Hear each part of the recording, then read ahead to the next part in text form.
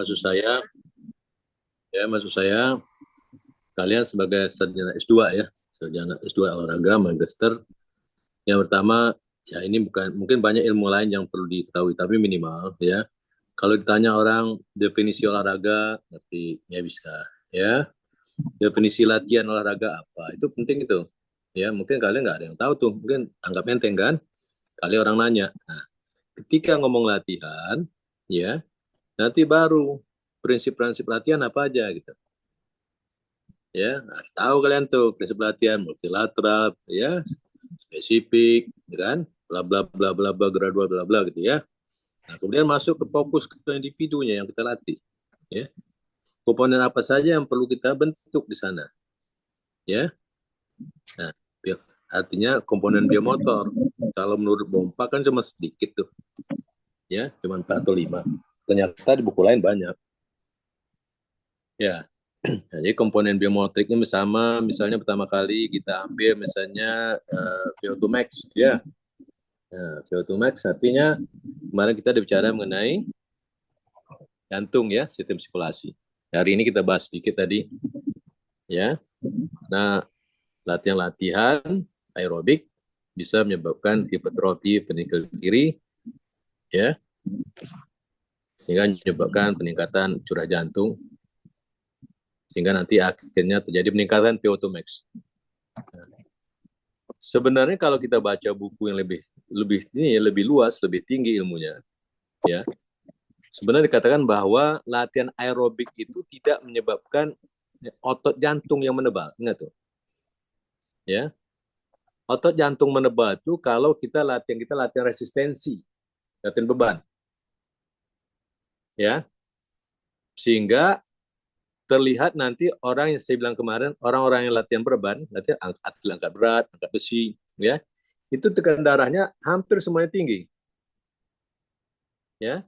Padahal orang-orang yang punya tekanan darah tinggi, kita kasih dia latihan aerobik. Nah, kan terbalik kan? Walaupun nanti pada latihan aerobik yang teratur itu akan menyebabkan penebalan dari dinding, ingat, penebalan dari dinding ventrikel. Jadi sama-sama penebalan dinding ventrikel kiri, tapi kalau latihan resistensi, ya, yang terjadi adalah ototnya menebal, ya. Pada latihan aerobik, yang buat dinding yang menebal adalah terjadinya hipervaskularisasi. Artinya pembuluh darah jantungnya menjadi melebar, ya, sehingga orang-orang sakit jantung, gitu kan, orang-orang bekas iskemik koroner disarankan untuk latihan aerobik, ya kan, karena akan terjadi peningkatan vaskularisasi di otot jantungnya sehingga otot jantungnya lebih sehat, ya, itu. Jadi sama-sama menebal, ya, jadi dindingnya menebal, ya, tapi yang satu ototnya menebal, satu adalah pembuluh darahnya yang melebar. Nah, ya, nanti latihan seperti apa? Kita udah bicara kemarin kan, dosis latihan, ya, 20 kg umur, nanti 72 sampai 87%, gitu kan, aerobik, di atas 87 nanti ada anaerobik threshold, ya, kemudian di atas 90 mungkin baru, 90 ke atas baru latihan anaerobik. Ya, itu namanya kalau kita ngambil VO2 max pertama kali. Ya, yang kedua nanti misalnya ada muscle strength, ya. Ini biomotor ability ya. Ada muscle strength, ada muscle endurance, ya, ada kekuatan otot, daya tahan otot. Nah, nanti mungkin minggu depan kita bicara mengenai latihan-latihan beban ya. Nah, hari ini kita bicara mengenai ya aerobik dan aerobik. Nah, latihan beban saya bilang kemarin ada termasuk aerobik, ada termasuk anaerobik nanti kan. Kalau latihannya latihan isometrik, ya, itu bersifat anaerobik. Kalau latihannya isotonik, bersifat aerobik. Nanti kita bahas minggu depan kalau salah ya, PJ ya, saya nggak tahu. Nah, tapi hari ini kita ada mempelajari respon dan adaptasi. Respon itu adalah ketika kita latihan, denyut nadi kita langsung meningkat. Tadi 60 menjadi 90, 100, itu nama respon. Tapi setelah kita latihan 6 minggu, denyut nadi kita serat tadi 60, besok jadi 55. Itu adaptasi namanya. Ya. Nah, hari ini kita bicara bagaimana respon tubuh itu terhadap latihan aerobik dan latihan-latihan yang bersifat anaerobik, kayak sprint itu. Yuk, silakan bahas diskusi ya.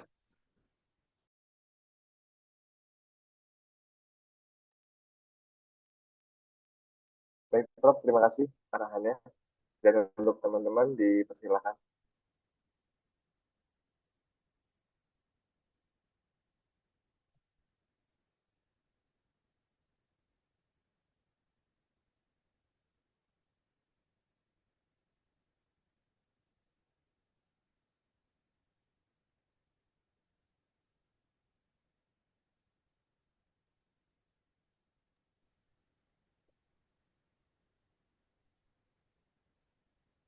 Baik, Pak Akbar, izin.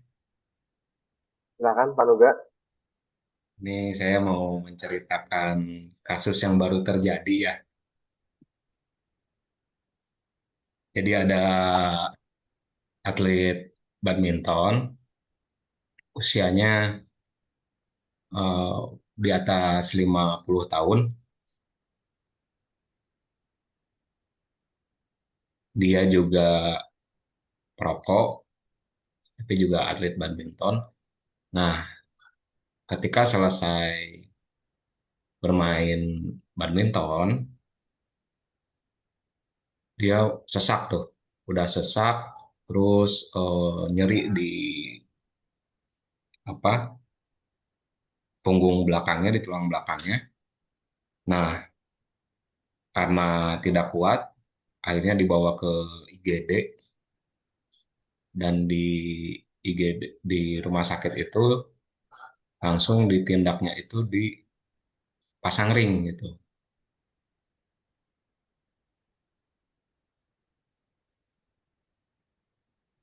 Dari kasus tersebut,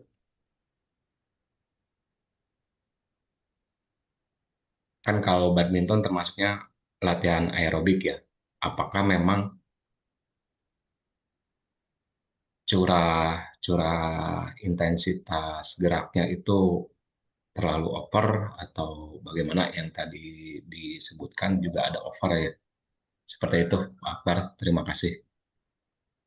Terima kasih, Pak Nuga.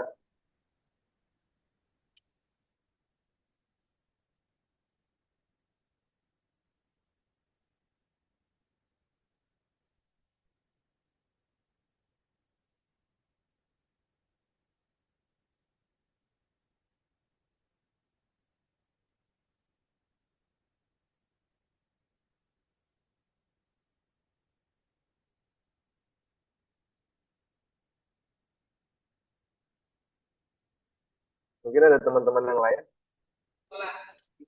Boleh bertanya saya, Baik, silakan Bu Pak Lucy. Akbar? Saya mau menanyakan apa yang terjadi apabila seorang ini pengalaman di lapangan juga, seorang angkat besi mengangkat beban, terus tiba-tiba blackout pingsan. Itu karena apa ya? Terima kasih. Baik, terima kasih Bu Lucy.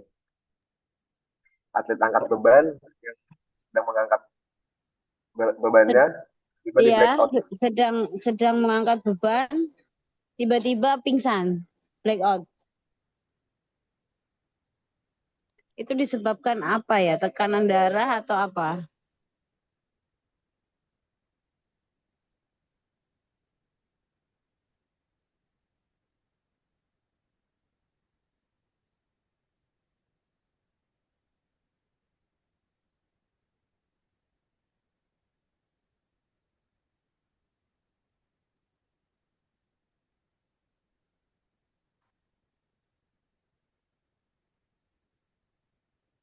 Oke, Bu Lucy, eh,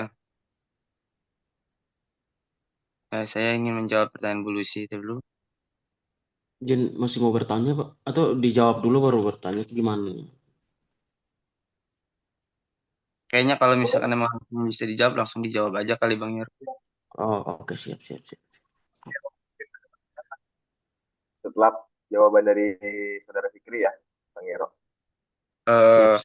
Bulu sih, kalau menurut saya, kalau misalkan ada atlet angkat beban, terus tiba-tiba blackout, tiba-tiba pingsan gitu kan.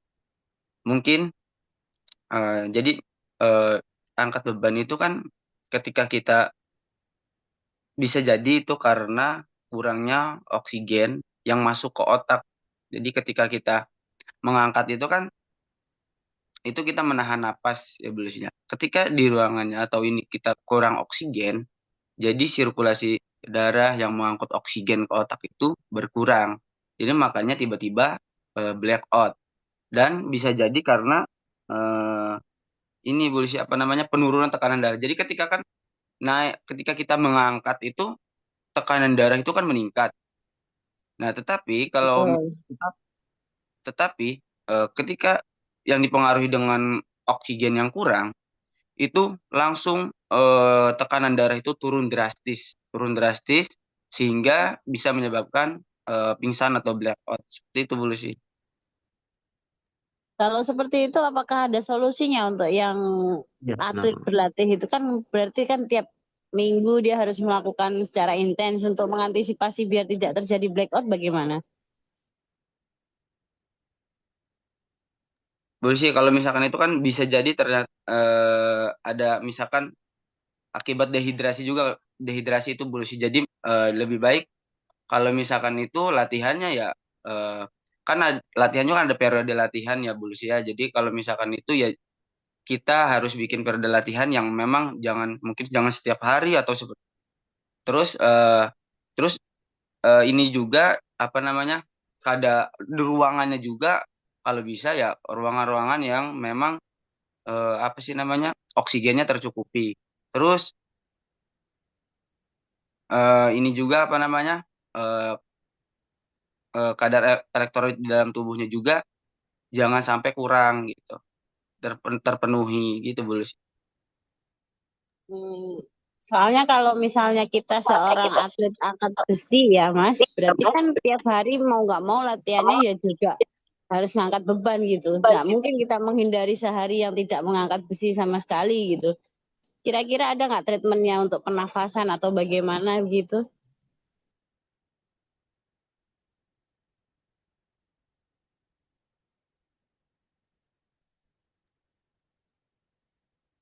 Ini treatment untuk pernapasan dulu sih.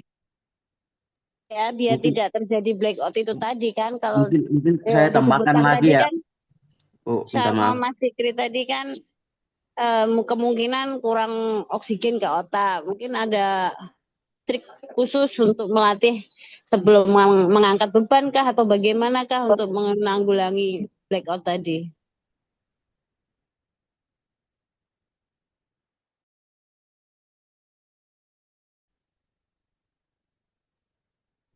Mungkin tadi Bang Ero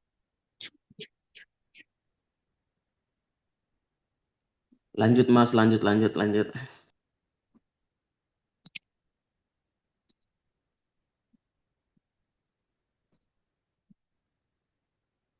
sambil menunggu jawaban untuk Bu Lucy, saya coba menjawab apa saudara Fikri Bang udah ada Akbar jawaban. mungkin bisa menambah. Baik Bang Fikri. Sambil menunggu jawaban untuk Bu Lucy, saya coba menjawab untuk pertanyaannya Panuga ya Bu Lucy. Dari cerita Panuga bahwa ada seorang atlet badminton yang berusia 20 tahun, dia mempunyai riwayat merokok ya Panuga. Setelah latihan bulu tangkis, dia merasakan sesak dan nyeri tulang punggung di belakang, lalu segera dibawa ke IGD, tindakannya pemasangan ring. Betul. Nah, nah atlet bulu tangkis di usia 20 tahun yang masih aktif berolahraga tentu memiliki tingkat kebugaran yang baik tentunya ya Panuga. Namun dari penjelasannya Panuga, ada faktor nih yang bisa masalah kesehatan seriusnya, terutama jika si atlet ini mempunyai riwayat merokok gitu. Nah, dampak merokok inilah yang bisa mempengaruhi kesehatan jantungnya gitu.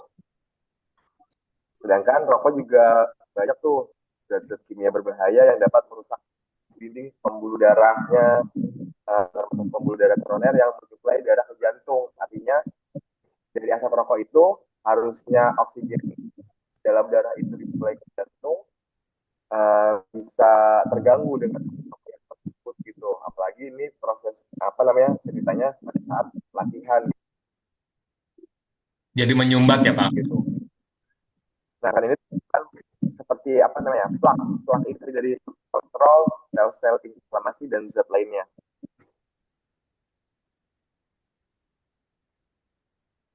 Jadi seperti itu Pak Nuga penjelasannya. Baik, terima kasih Bapak.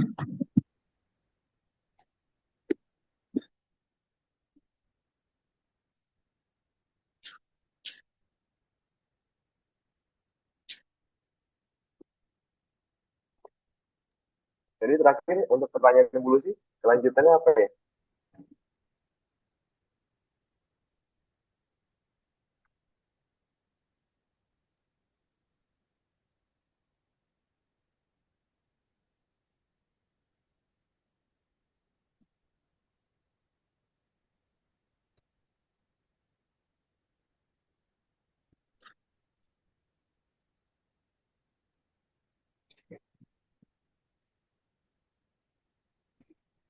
Mungkin saudara Dede punya jawaban yang lainnya. Ya, siap.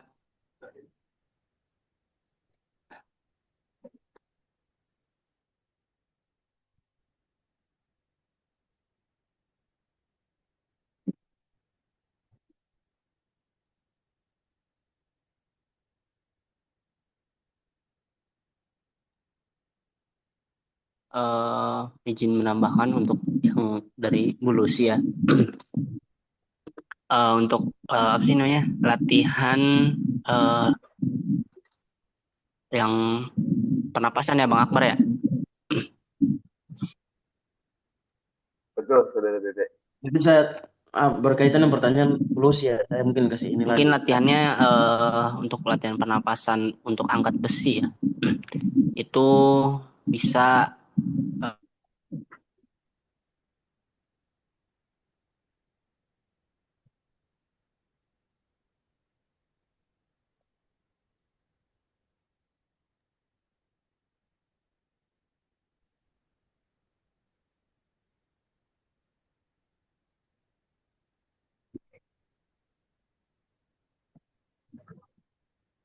Keluar Dede.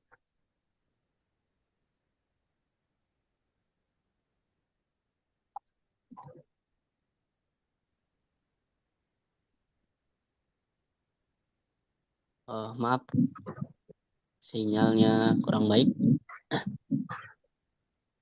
Izin Bang Akbar, suara saya ada nggak Bang?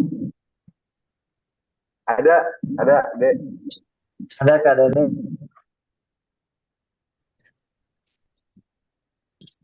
Nah, untuk yang latihan untuk pernapasan ya, untuk atlet angkat besi,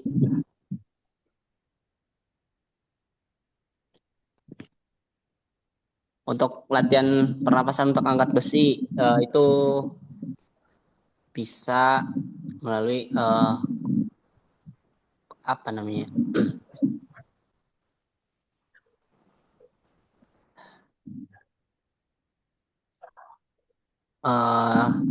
Latihan pernapasan ritmis atau rhythmic breathing. Nah, itu latihannya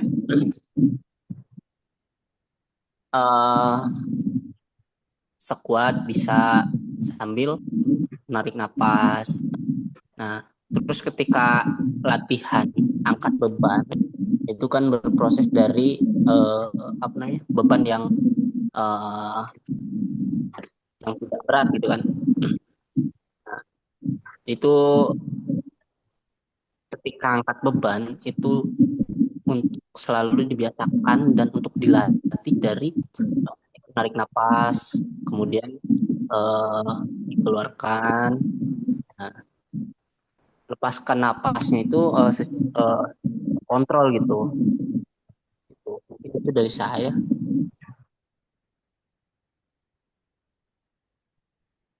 Baik Mas Dede, terima kasih.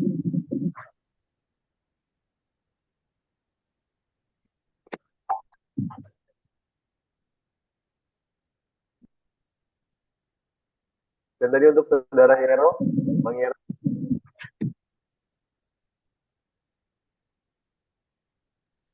Oke, baik. Terima kasih atas kesempatan yang diberikan.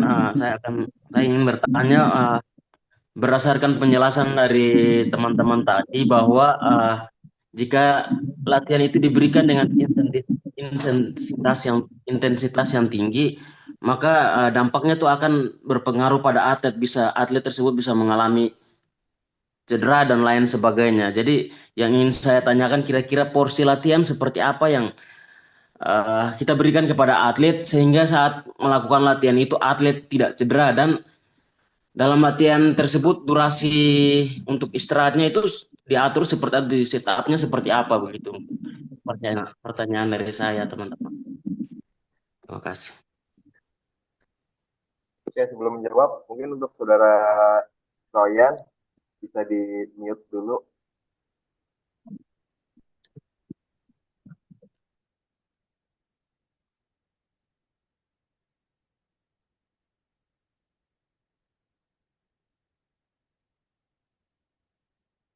Maaf, Bang Hero, boleh diulang pertanyaannya?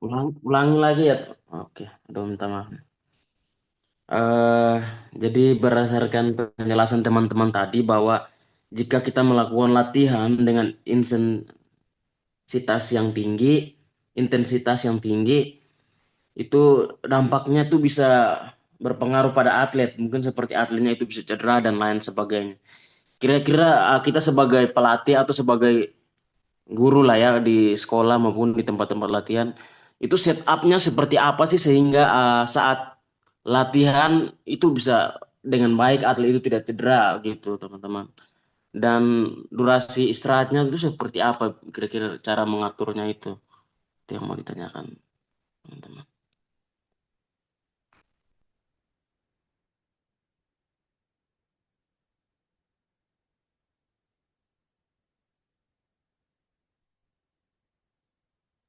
Kenapa saya tanyakan ini? Karena saya takut suatu saat saya melatih atau membawakan pelajaran, saya terlalu over untuk menyuruh atlet atau peserta didik untuk terus bergerak, bergerak, bergerak, sehingga yang terjadi bukan malah atlet itu bugar atau skillnya meningkat, tetapi malah mereka cedera begitu, teman-teman.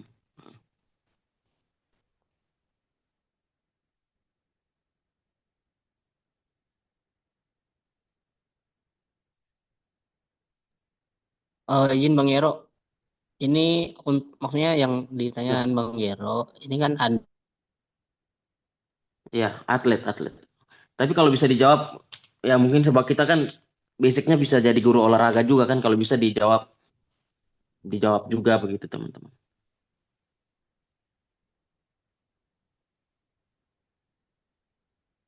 yang lain Bang Yero. Siap.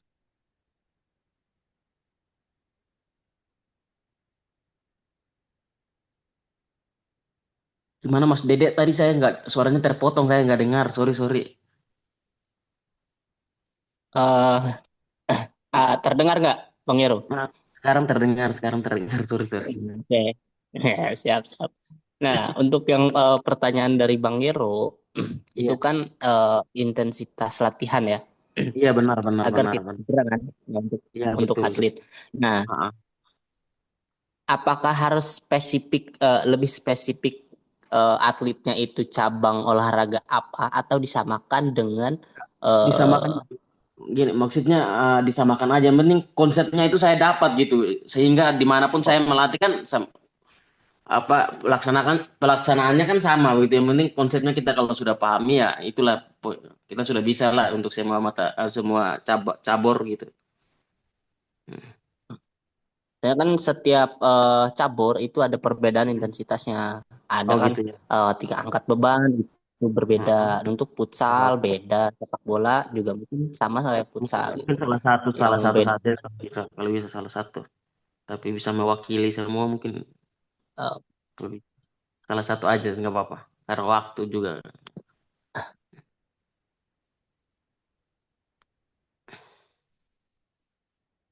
Oke, mungkin saya bisa bantu menjawab. Kalau yang dimaksud Bang Gero adalah umum, tentunya kita Ya, kembali pada prinsip-prinsip latihan, Bang Gero. Seperti siap, siap. tadi pada saya itu, prinsip latihan itu pertama ada prinsip pengembangan multilateral, yang penjelasannya adalah pada cabang olahraga, pengembangan multilateral atau pengembangan fisik secara keseluruhan adalah sebuah keharusan. Penggunaan rencana pengembangan multilateral sangat penting selama tahap awal pengembangan atlet. Nah, itu di prinsip pengembangan multilateral, artinya mempunyai perencanaan tuh.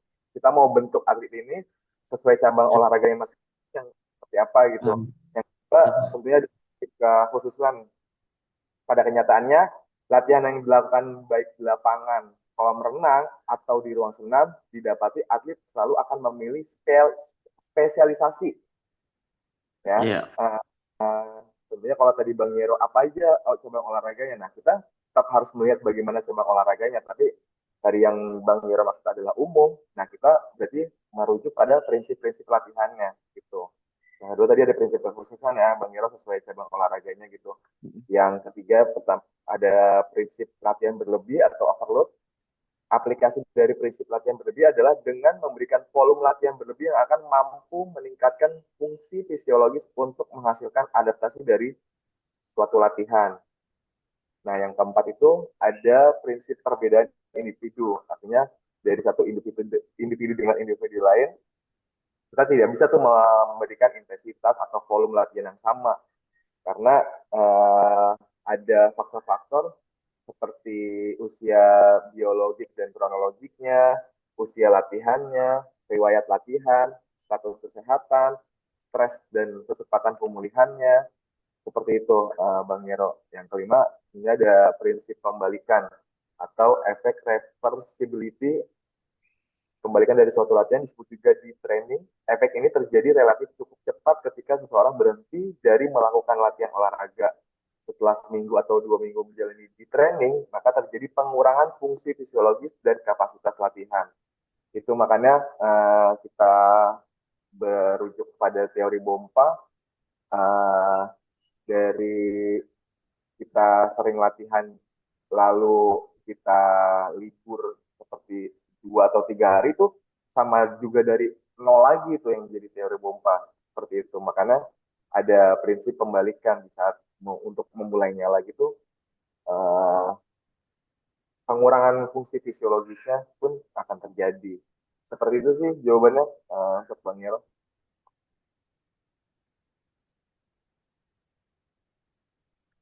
oke, makasih Bang Akbar, makasih, makasih. Berarti dari tadi yang dijawab itu secara umum ya, dari poin yang pertama itu tadi. Betul, betul. Kira-kira kelompok bisa tidak berikan mungkin satu contoh di dalam mungkin satu cabur begitu, biar ini ditarik ke dalam salah satu cabur gitu. Izin menambahkan Pak Akbar, Oke, kedengaran? siap, siap. Boleh, Ini alhamdulillah. Nah, ini udah mulai spesifik ya dalam latihan atau mulai mau kompetisi itu kita harus apa namanya harus tahu frekuensi latihannya berapa, Iya, intensitasnya iya. berapa, durasi, dan jumlah pengulangannya.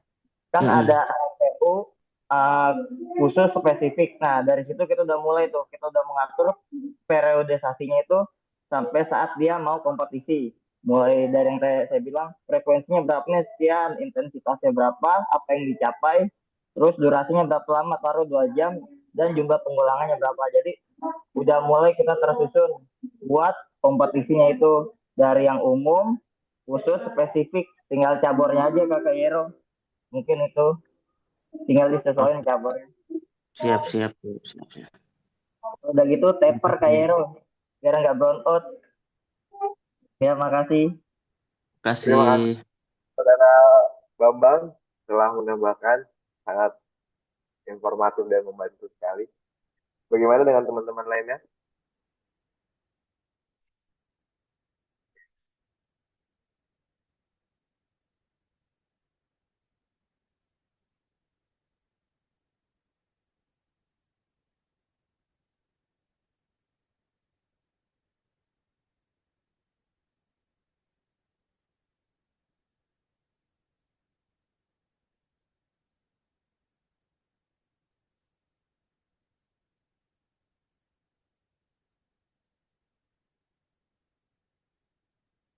Ini kalau dari teman-teman sudah tidak ada sanggahan atau pertanyaan lagi, eh, bisa diskusi ini bisa saya selesaikan dan kita bisa sama-sama mendengarkan penjelasan dari Prof. Jun selaku dosen pengampu dari diskusi kita hari ini. Ada Pak Akbar. Silakan Bang Rizky. Saya tertarik nih pada presentase di prinsip latihan ini Pak Akbar. Boleh. Itu ada 5 prinsip latihan di situ tuh yang dicantumkan. Namun saya terfokus ke prinsip pengembangan multilateral dan juga prinsip kehususan karena ini merupakan dua prinsip yang sering saya lihat juga di beberapa artikel, kemudian saya juga sering lihat di beberapa media sosial yang fokus pada bidang olahraga itu sering dinaikkan postingan-postingan yang berkaitan dengan dua prinsip ini. Artinya ada prinsip multilateral dan ada prinsip kehususan. Nah, kalau prinsip saya coba spill dikit karena nanti akan coba saya tanyakan di akhir ya berkaitan dengan dua prinsip tersebut. Nah, kalau menurut ini ada beberapa penelitian juga menurut Bompa dan juga menurut Laprade et al. Kemudian ada juga nanti menurut Bresson itu mereka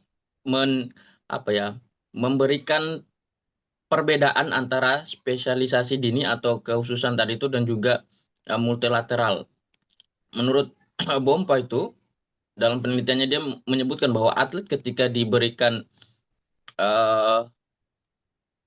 pendekatan multilateral itu akan kemudian dapat memompa performa atlet ketika nanti di kemudian hari dia mulai fokus pada satu cabang olahraga. Artinya ketika multilateral ini maka nanti tujuan daripada latihan multilateral ini berfokus pada fundamental movement skill sebagai dasar gerak cabang olahraga. Misalkan dia ketika bisa berlari maka dia nanti juga akan menunjang performanya di sepak bola, bola basket, sprint, badminton, maraton, atau misalkan di keseimbangan nanti akan sangat berpengaruh terhadap ketika dia melakukan sebuah spesialisasi pada bidang gimnastik, bersepeda, sepatu roda, skateboard dan juga yoga. Jadi beberapa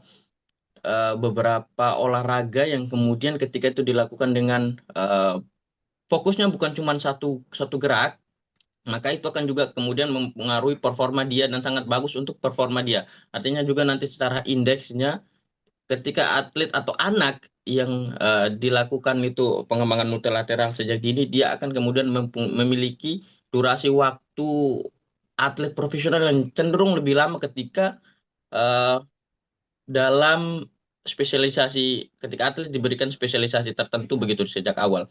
Nah, contoh-contohnya seperti apa sih ketika atlet diberikan spesialisasi dini? Ciri-ciri spesialisasi dini itu seperti dimulai pada usia dini, umumnya saat usia sekolah dasar. Fokus pada satu jenis cabang olahraga tanpa aktivitas cabur lain ya, sepanjang lebih dari 1 tahun.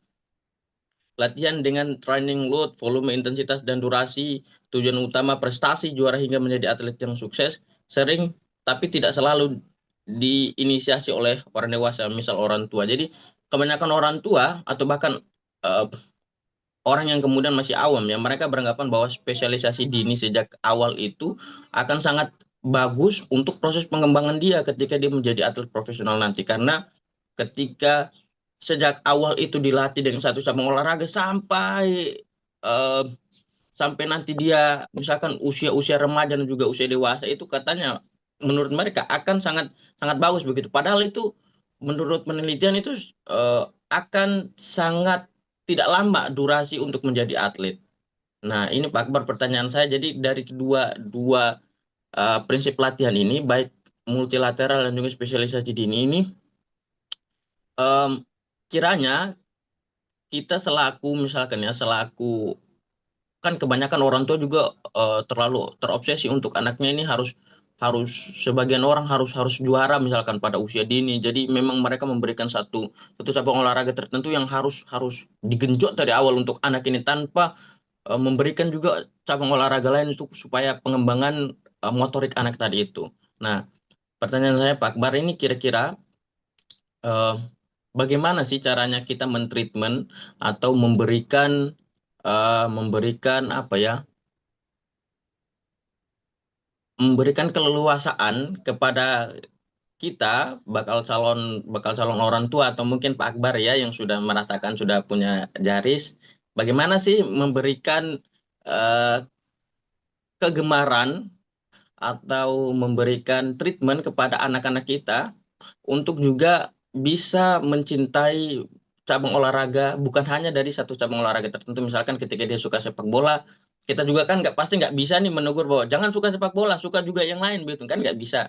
Jadi bagaimana caranya kita memberikan treatment kepada anak-anak itu agar supaya misalkan mereka punya kecenderungan pada salah satu cabang olahraga tertentu, tapi itu bukan menjadi satu-satunya cabang olahraga ketika mereka masih anak-anak begitu. Mungkin mereka akan bisa juga mencintai olahraga-olahraga yang lain begitu, yang kemudian itu dapat diinisiasi oleh peran orang tua itu sendiri. Terima kasih Pak Akbar. Terima kasih Bang Rizky.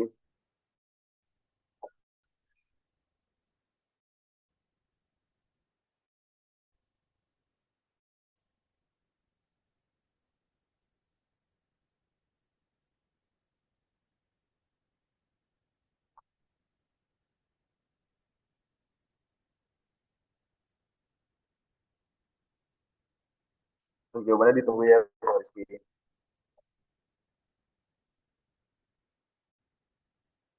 Siap Pak, siap.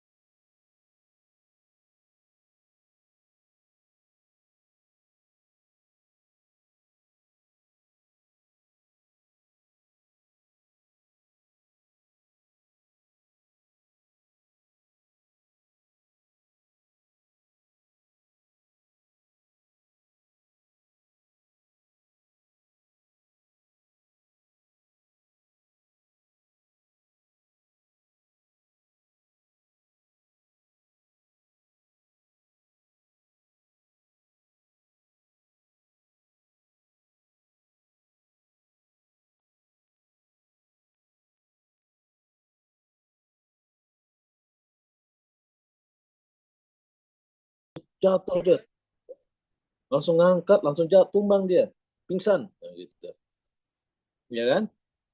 Kaget gitu.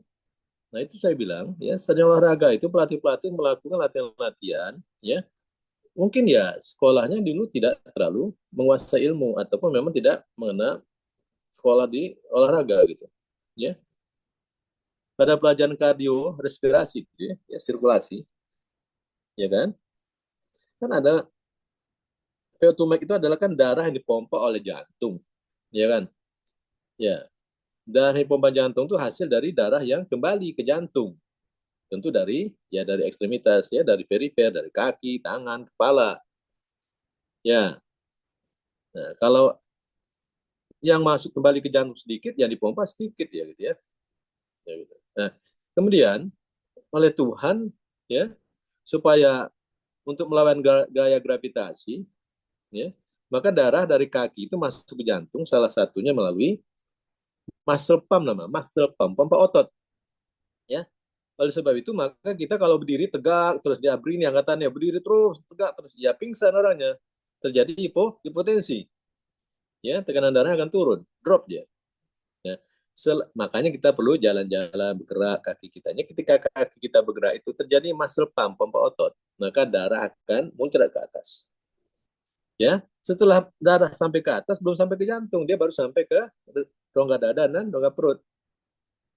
Ya, di situ vena, ya, darah yang balik ke jantung itu diganggu oleh pernapasan. Ya, kalau kita narik napas, ya, maka darah itu akan tergencet dong pembuluh darahnya.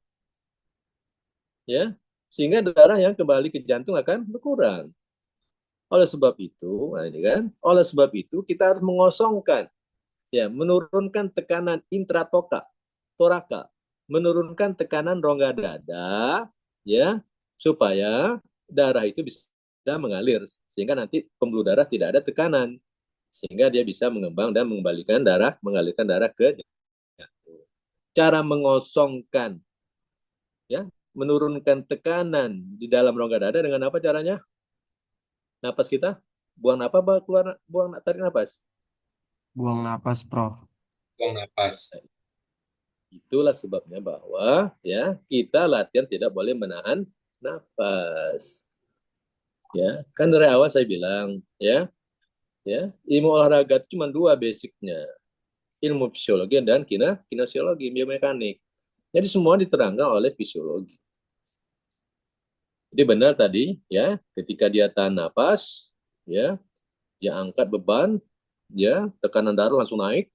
Ketika bebannya ditaruh, darahnya langsung drop, ya, black out lah dia. Jadi caranya adalah ya, tekniknya, teknik latihan, teknik pernapasan. Dengan demikian hari ini kalian tahu nih kenapa orang kalau latihan beban harus buang napas pada kontraksinya, ya. Jadi kalau orang bodoh kan nanti tarik napas lah dok, juga ya. Tarik napas pak, kenapa? Kita butuh oksigen, kan butuh energi ya, nggak begitu caranya, cara berpikirnya. Ya. Nah, kemudian pertanyaan terakhir tadi, ya ada multilateral, ada spesifik, ya. Kan prinsipnya banyak. Prinsip pertama adalah multilateral, yang kedua spesifik, yang tiga barulah gradual, individual, variatif, segala macam. Ya. Jadi dikatakan bahwa dari segi ya, pelajaran tumbuh kembang, ya, pelajaran tumbuh kembang, anak-anak yang masih ya, anak-anak tidak boleh dikasih beban eksternal. Ya, beban eksternal itu beban yang luar karena akan menyebabkan penutupan epifisis tulang panjang, sehingga anaknya kerdil dia.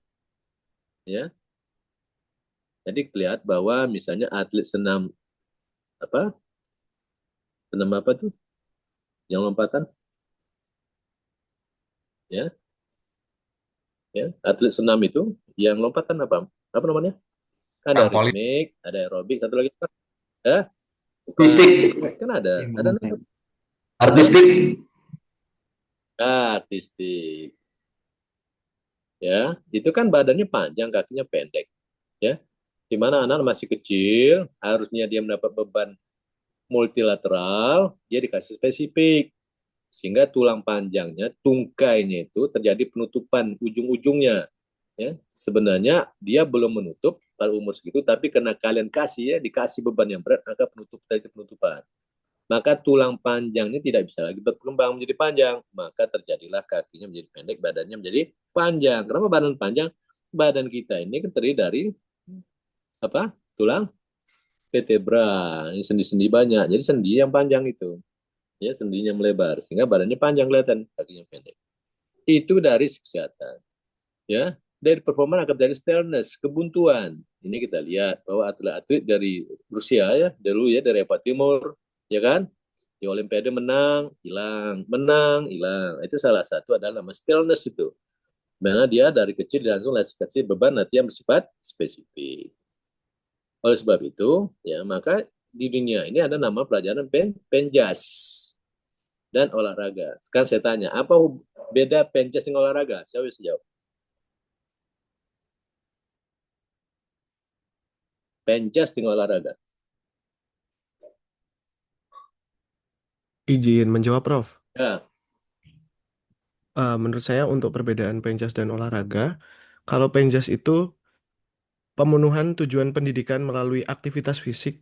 Kalau untuk olahraga itu adalah sesuatu hal yang melakukan aktivitas fisik tujuannya untuk kesehatan gitu, Prof. Terima kasih. ya. Jadi olahraga itu bisa kesehatan, ya, bisa dengan untuk nilai-nilai kompetisi ya. Jadi itu kalau kita belajar, tentu pertanyaan saya ada nggak ini yang bisa jawab? Apa beda dengan aktivitas fisik, ya, exercise and sport? Nah, jadi bahasa Inggris nggak ada nama physical activity, exercise and sport. Apa beda tiga? Ini ilmu S2, ilmu harus bisa kita jawab di lapangan. Apa sih di buku-buku ada tuh? Physical activity, exercise and sport. Kalau kita sport olahraga kan, exercise latihan, bisa exercise sport kan latihan olahraga jadinya kalau bahasa Indonesia kita ya. Tapi kan nggak mungkin gitu jawabannya. Siapa yang bisa? Apa beda physical activity, exercise and sport? Kira siapa nih yang berani? Walaupun tidak salah nggak apa-apa. Ya. Izin, Prof. Saya mencoba menjawab. Kalau physical activity atau aktivitas fisik itu seperti berjalan, kegiatan sehari-hari yang melibatkan aktivitas fisik. Misalkan ya kegiatan sehari-hari dari activity yang seperti berjalan atau mengangkat ember misalkan itu aktivitas fisik. Nah, kalau exercise itu latihan itu melibatkan volume dan intensitas. Volume dan intensitasnya diatur supaya ada tujuan tertentu gitu. Terus kalau sport atau olahraga ya itu udah masuknya spesifik kayak sepak bola, terus basket, nah itu masuknya olahraga. Terus kalau olahraga itu diperlukannya latihan karena kalau latihannya yang tadi yang exercise nggak bagus, nanti di olahraganya pasti ada resikonya gitu, Prof. Misalkan orang yang jarang olahraga tiba-tiba ikut olahraga, uh, maka akan rentan cedera gitu-gitu, Prof. Izin, Prof. Ya, jadi mirip ya. Jadi sebenarnya kalian perlu catat ya. Jadi physical activity itu benar adalah sesuatu kegiatan yang mengeluarkan energi. Semua kegiatan yang mengeluarkan energi namanya physical activity tanpa melihat intensitas. Artinya tanpa melihat beban. Tadi kamu bilang ya dia berjalan ke dapur, ya kan? Nyuci misalnya, baca, belajar itu physical activity. Ini jalan ya, jalan kita ngomong jalan dulu. Yang nama exercise itu adalah suatu yang bersifat sistemik dia apa? Artinya teratur. Ya, exercise itu. Tapi dalam konteks pemenuhan kesehatan. Ya. Jadi soal jalan tadi, kalau dia jalan, ya menyapu, dia bukan exercise ya, bukan exercise ya, tapi namanya physical activity. Tapi ketika dia jalannya sudah ada sistemnya tuh 3 kali seminggu, durasi sekian menit, ya kan? Itu namanya exercise ya. Tujuannya untuk kesehatan. Ya. Sedangkan sport itu sama dengan exercise, tapi tujuannya untuk kompetisi. Ya, kembali tadi pada physical pendidikan jasmani dengan sport, ya kan? Kalau physical jasmani, penjas itu adalah yang bertujuan untuk gerak, proses, ya. Jadi makanya kalau kalian meliti masalah penjas itu sintak-sintak gerakannya bukan hasilnya, ya. Kalau di misal jadi smash, ya, smash bola voli, bukan kecepatan bolanya itu bukan, ya. Tapi bagaimana kedudukan kakinya, tangannya, badannya itu prosesnya. Ya, pada sport nah itu karena sudah dia berjuang untuk hasil kompetisi, hasil ya, apakah kesehatan atau untuk kemenangan. Makanya tadi kalau sport itu sudah masuk ke dalam spesifik, maka multilateral anak penjas nggak perlu spesifik karena kan proses. Nah, dengan demikian ya, jangan tadi misalnya kalian nanti ada kadisporanya, ya, bukan dari olahraga, ya. Jadi kita bikin O2SN, ya, kompetisi anak antara sepak bola SMP atau SD, ya. Nanti kalian yang ya sarjana olahraga yang paling duluan datang tempat, ya, kenapa dapat proyek ini, ya, dapat proyek nih, ya kan? Sehingga apa? Kalian langsung melakukan semua sekolah SD langsung melakukan latihan-latihan spesifik, ya. Pada itu adalah menyalahi dari kaidah-kaidah olahraga, ya. Atau nanti ya kalian dari guru olahraga di SMP SD, kalau misalnya kepala sekolah bilang, nih Pak gimana nih, kita nggak pernah menang nih, piala nggak ada nih, ya lemari kita, kalau sekolah sebelah itu lemarinya penuh dengan piala. Kalian harus jawab, ya, bahwa sekarang kita di sini adalah penjas bukan sport, ya. Saya rasa itu, ya. Tadi misalnya tadi dibilang apakah satu orang itu harus main bermacam-macam cabur olahraga, ya. Tapi kalau untuk fokus tetap satu latihan, ya. Karena sifat olahraga ada nama sifat latihan yang bersifat variatif, ya kan? Itu prinsip latihan variatif. Variatif itu maksudnya, ya dia kalau main bola jangan main bola terus, bisa renang, ya, bisa main bulu tangkis, tapi bukan berarti dia memegang tiga profesi, bukan. Ya dia fokus tetap sepak bola. Ya, saya rasa itu, ya. Saya mau rapat ini. Ada pertanyaan sebelum saya tutup? Minggu depan apa kuliahnya? Ya. Babnya? Respon tubuh terhadap latihan kekuatan, Prof. Nah, ya. Nanti kita bicara kekuatan dan itu otot, ya, kekuatan otot dan daya tahan. Dan kalian baca itu apa beda, ya, kekuatan otot dan daya tahan. Ingat, kalau hari ini tadi kita lebih banyak latihan-latihan. Jadi begini, ya. Komponen biomotor itu yang pertama adalah kemampuan atau kapasitas jantung paru misalnya, yaitu aerobik. Nanti yang biasa di belakang saya suka menulisnya adalah, saya taruh paling belakang adalah ya sekian entah nomor berapa belas itu, ya, kapasitas anaerobik capacity. Ya.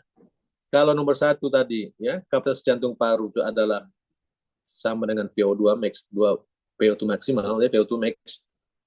Latihannya tadi kan 72 sampai volumenya berapa? Ingat ya, volumenya 72 sampai, angka tidak fix, boleh berubah-ubah, ya, sesuai di buku, nggak ada masalah. Ya, tapi menurut Astran itu 72 sampai 87% dari tujuan maksimal. Ya. Kemudian frekuensi berapa? Ya 3 sampai 5 kali seminggu. Ya. Kemudian ada durasinya, ya durasi sesuai dengan ya intensitas.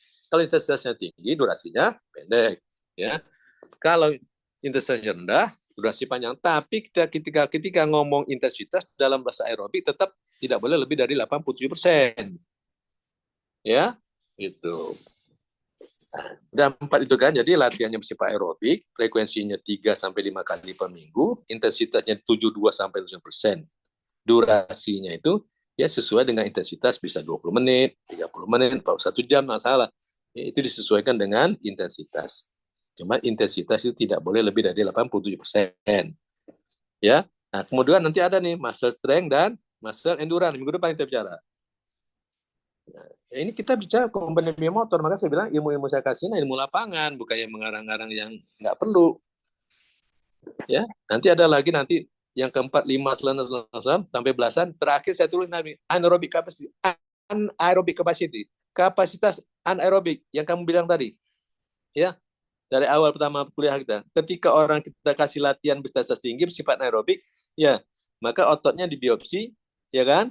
Maka ATP-nya meningkat, glikogennya meningkat, ATP-PC-nya meningkat. Ya.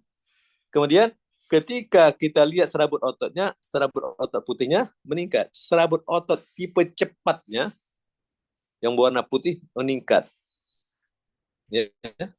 Nah, jadi ketika komponen ada 2 komponen, kapasitas jantung paru, ya. Yang kedua adalah tadi yang terakhir adalah anaerobic capacity. Kamu udah bisa latihan hari ini. Ya. Berarti latihan anaerobic capacity latihannya harus di atas 87, artinya 90% ke atas. Ya, kalau orang nggak mampu latihan terlalu lama dengan latihan sifat 90%, 50%, maka itu namanya latihan dibuat latihan interval training. Ya, dia cepat, pelan, lama-lama nanti cepatnya itu kalau misalnya minggu ini adalah dia cuma mampu setengah menit, setelah 2 minggu nanti cepatnya mungkin bisa 1 menit ya gitu. Dalam intensitas tinggi terus saja, itu namanya interval training. Ya, jadi 2 hari ini kita udah belajar, ya, dirangkum dengan pelajaran kemarin, sistem respirasi segala macam.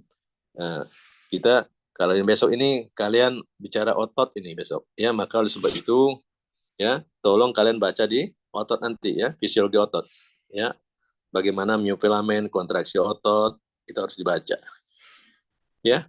Saya rasa itu, ya. Kalau nggak ada tanya lagi, ya, nanti dibikin absennya Pak ya, itunya. Sampai minggu depan. Ya. Assalamualaikum warahmatullahi wabarakatuh. Waalaikumsalam.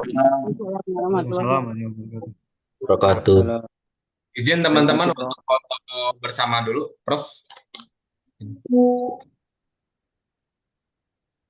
Oke, siap. 3,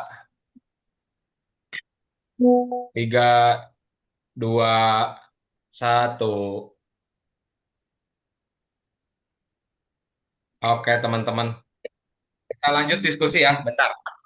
Diskusi dulu. Ada yang pakai baju por tuh. KBB ya?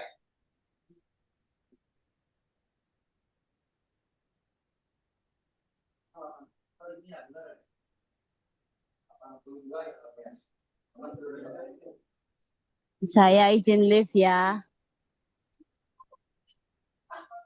Ngopi Pak Akbar. Oke Bu, oke Bu. Bu, mangga bulu. Kopinya. Terima kasih Mas Sekal Novanson. PhD. Pak Hendra senang banget loh. MU menang ya Pak Teman-teman, Hendra ya. IPB, MIVO, MOR. Ivo PhD. Prof. Viero. Ini mau ngomong apa nih Pak didiskusikan Ketua? Pak Ketua. Besok masuk Pak Akbar. Ketua, jalan jam berapa Ketua? Sebentar. Mana ya filenya? Besok masuk Pak Akbar. Abang udah TF belum?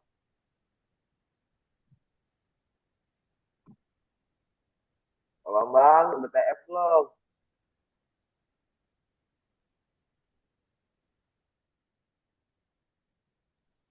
Ya udah Bar, TF Bar sekalian.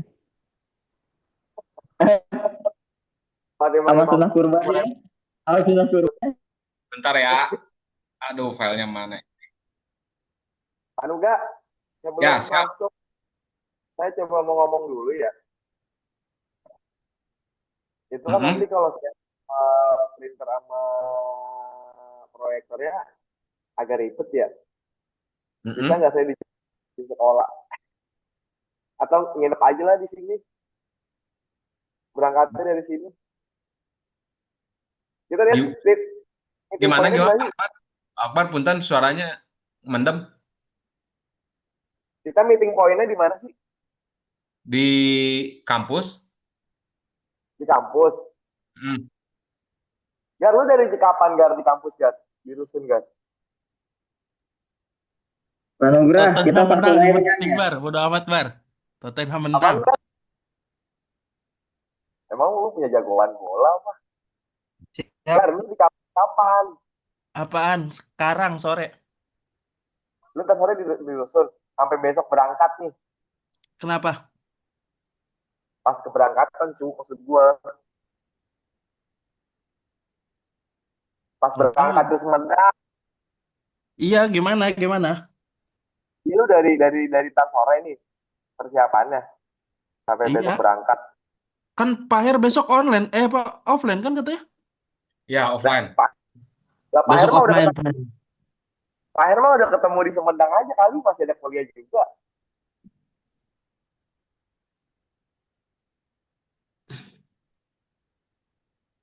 Mangga mau gimana tuh? Cuman Pak Hernya minta offline ya. Iya, offline karena mungkin mau bahas juga setelah materi untuk kegiatan Coba kita. kakak mungkin jam-jamnya ya kali. Jadi atau gimana coba Maksudnya, teman-teman? jamnya kenapa ya? Jam yang mana nih? Jam besok atau jam kegiatannya? Jam besok yang Paher matkul. Kan jam yang lain kan ada dosennya yang lain juga. Kalau nggak ada bisa kita pindahin, tapi kalau semua masuk kan nggak bisa, Pak. Iya, iya, iya. Pak Akbar gimana tadi tuh soal printer sama proyektor? Iya, kan saya kalau mau bawa ke kampus kan agak repot, Pak Nugra. Ah, nah. Oh, kalau boleh sih saya dijemput ke sekolah sini gitu. Oh, minta Weh, jemput. siapa Anda dijemput, weh? Ya, gua orang yang bawa proyektor. Apa Ya, lu? boleh, boleh. Eh, Pak ini Pak Menteri nanti dijemput di daerah mana ya? Duren Daerah Sawit 13. Duren Sawit tuh dekat ke Halim Duren nggak? dekat dari pintu tolnya Pondok Gede. Sumpah deket banget. Tapi dari Halim dekat ya? Dari Halim deket. Oke, oke. Sip. Udah Pak Akbar jangan ke pintu tol aja. Nanti saya jemput itu tuh jemput Papa Idaman terus jemput Pak Akbar ya. Oke, siap. Nanti Pak Akbar motor disimpan di sekolah ya. Kalian Pak Nugra saya. Nunggu di mana saya? Oke, Bang nanti mau janjian di mana? Terserah Pak Nugra lewat mana? Apa saya ke Bogor? Bang ke Bogor aja gimana? Repot nggak? Stasiun Bogor. Siap, aman itu mah. Ke Taman Topi. Jemput Papa Idaman terus jemput Pak Akbar. Oke Pak Nugra, aman. Oke. Berarti aman ya Pak Akbar ya? Printer sama proyektor. Tahu, Kang, sebelumnya kita singkirkan dulu nih untuk masalah penjemputan. Kita tuh meeting poin tadi udah di kampus. Keberangkatan tuh jam berapa? Biasanya. Oke, jadi hasil biasa juga ancar-ancar biar dijemput Panunggaya itu jam berapa, saya ancar-ancar siap-siap di sekolah itu jam berapa supaya kita nyiapin waktu lagi buat ke kampus dan berangkat ke sekolah gitu. Siap-siap. Jadi kalau rencana berangkat itu kan jam 4 kemarin, jam 4 sore selesai kuliah dari kampus. Nah, nanti untuk dijemput berarti saya jalan pagi nih dari Bogor. Berarti saya jalan jam 7 ya, Bang. Harus sudah jalan ya, Bang. Jam 7 malam. Nggak apa-apa, Bang, jam 7. 7 malam, Pak Nuga. 7 pagi, hari Rabu. Ya apa-apa, Tema. Pak Her tuh jam 10 jadwalnya. Pak Her jam 10. Ya, saya berangkat jam 7 dari stasiun Bogor sama Bambang, terus lanjut ke Papa Idaman, Cibubur. Dari Cibubur ke Pak Akbar, dari Pak Akbar ke kampus. Pak Nuga ini ngomongin hari apa sih? Hari Rabu apa hari Kamisnya sih? Hari Rabu. Kita kan berangkat Rabu. Rabu jam berapa? Rabu jam 4. 4 sore. 4 sore. Jumping Pak Akbar, jumping. Oke, siap. Pak Akbar, adakah hal-hal teknis di luar papercam yang perlu dibicarakan? Gimana ya, Ki? Nanti aja sih jawab, Ki. Bentar. Ini kendalanya adalah kan ganjil genap ya.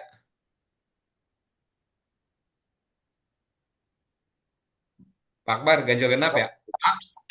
Izin Paps. Gimana? Mungkin nanti bisa dibantu kali ya kalau ganjil genap Paps. Kebetulan ini mobilnya ganjil nih Paps. Besok genap tanggalnya. Oke. Aman ya Paps. Ganjil genap itu kan pagi ya. Jam 10 ke atas udah enggak. Sampai jam 4 lagi ya. Jam 4. Ya, jam 4. Oke, Pak Akbar di mana Pak Akbar Duren Sawitnya Pak Akbar? Saya Duren Sawitnya belakang Polsek Duren Sawit. Polsek Duren Sawit. Rawadomba, Tempatnya dong, tempatnya. 7 kali malam. Oke, nggak masalah. Nanti gini aja, Ketua. Siap. Ganjil genap kita bisa hindari lewatnya jangan lewat eh utama ya, jalur utama. Kalau ke Duren Sawit banyak alternatif itu. Nanti saya kasih tahu. Siap. Penting Pak Akbar kasih ini aja, kasih Sherlocknya aja. Ya, kita ke Duren Sawit nanti lewat jalur alternatif aja. Kemudian nanti kalau ke kampusnya, di kampus itu kita lewatnya kalau bisa lewat apa namanya? Buaran, bisa Buaran. Ya, nanti tembusnya dari Duren Sawit itu bisa itu. Ya, nanti tembusnya bisa di Persahabatan bisa, keluar situ bisa. Siap, siap, siap. Ya, kita ambil alternatif aja. Bisa. Ya, tinggal nanti kita pikirkan berangkatnya. Siap, baik, baik, Pak. Oke. Cuman ya, untuk ini, untuk penjemputan, lanjut ya. Lanjut Randon. Lanjut eh, ke laporan keuangan dulu apa ke rundown dulu nih? Mana ya nggak apa-apa, kedua. Udah rundown ya. Ini kan kita kemarin sepakat berangkat jam 4 ya, hari Rabu. Terus juga apa namanya? Piloting untuk mobilnya juga sudah. Tapi kalau misalnya ada yang mau pindah silakan koordinasi. Yang penting ada yang mau ditukar gitu. Ya.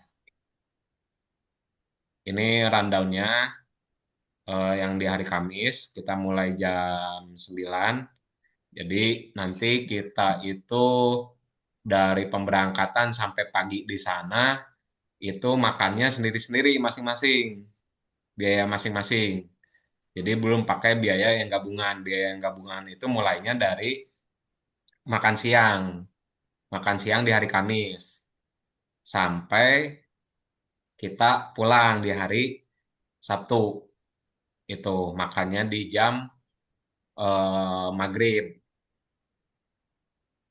Nah, selesai itu kita makannya pribadi lagi. Ghost to Jakarta itu. Nah,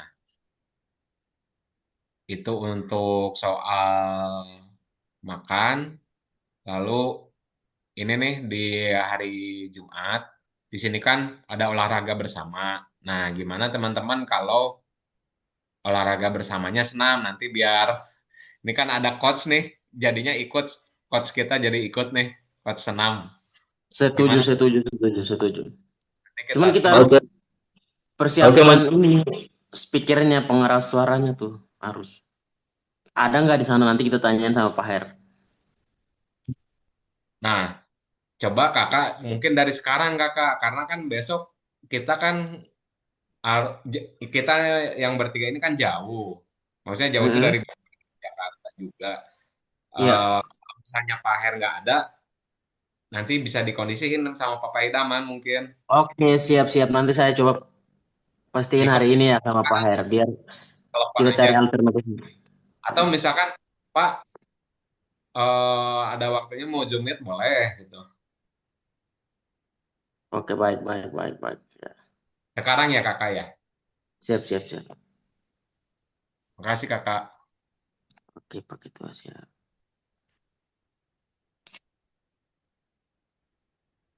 Sebentar.